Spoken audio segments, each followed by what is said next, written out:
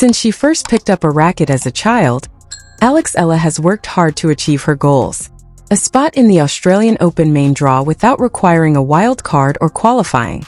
The 20-year-old Filipino sensation worked hard to earn her spot at Melbourne Park. Over the course of the previous 12 months, she rose from world number 147 to 49, guaranteeing automatic participation into the first Grand Slam of 2026.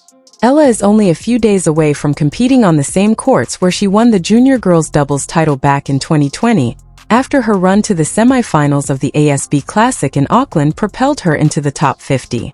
She revealed why the Australian Open is more important to her than any other slam on the schedule, and why it has a particular place in her heart.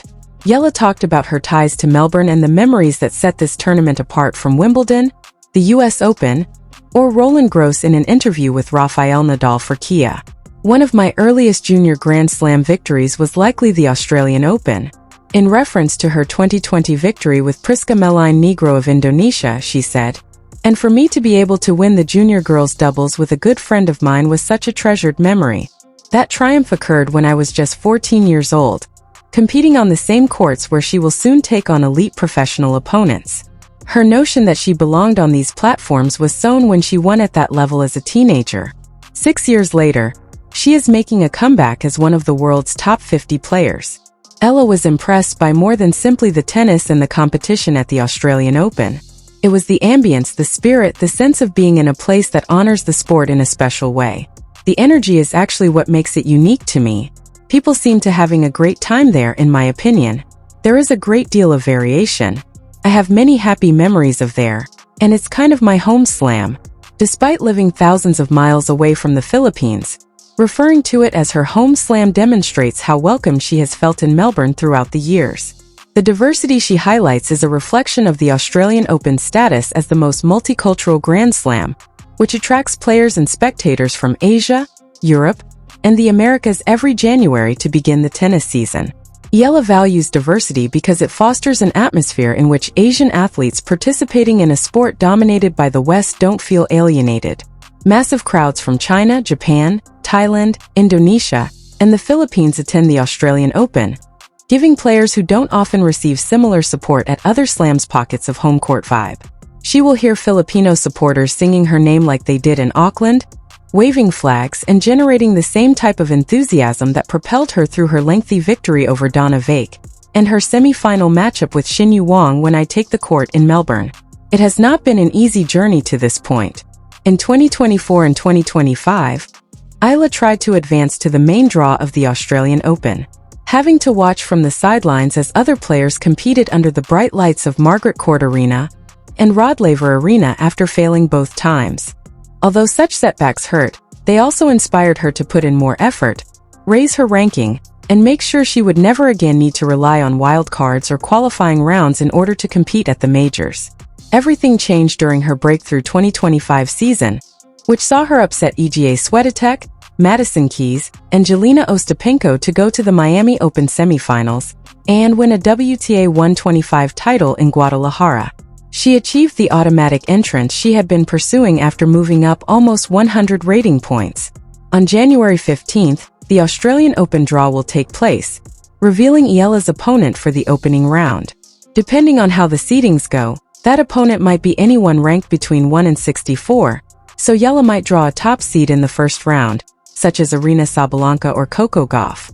Alternatively, she could have a better matching with someone in their 40s or 50s. She won't know until 3 days before the event starts, which adds to the thrill.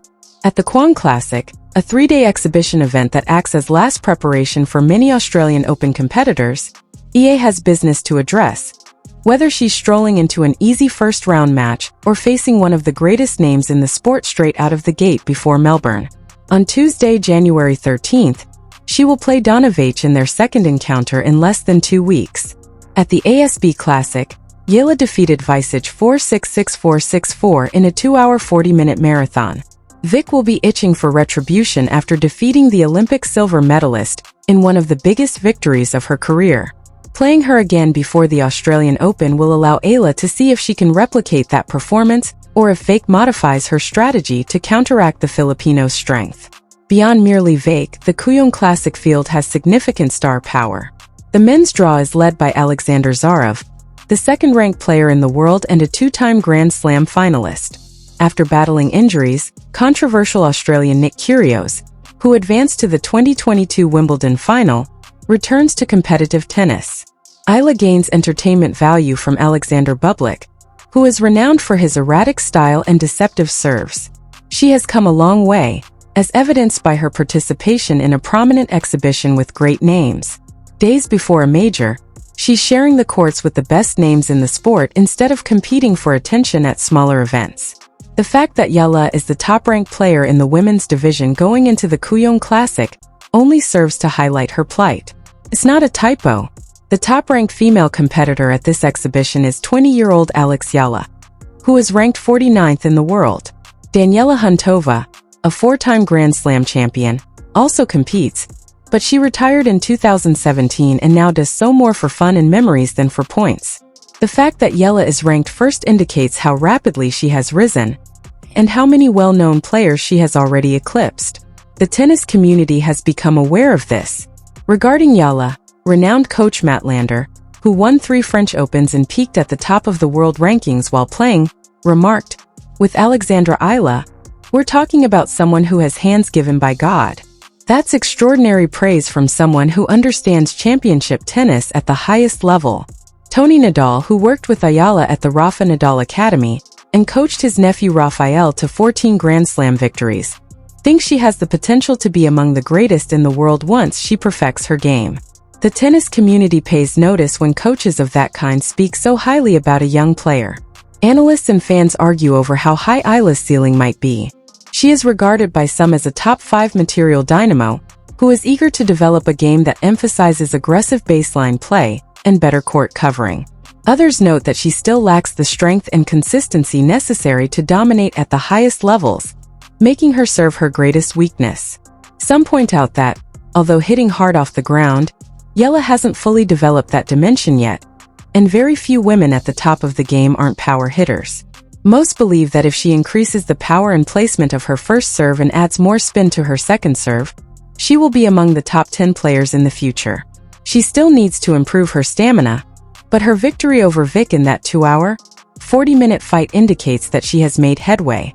A reasonable forecast for Eala in 2026 is a rise into the top 30, and if all goes according to plan, possibly the top 20. After witnessing her battle through tears and injury at the ASB Classic semifinals, former American tennis pro Nick Monroe went so far as to predict that she will place in the top 10 this year.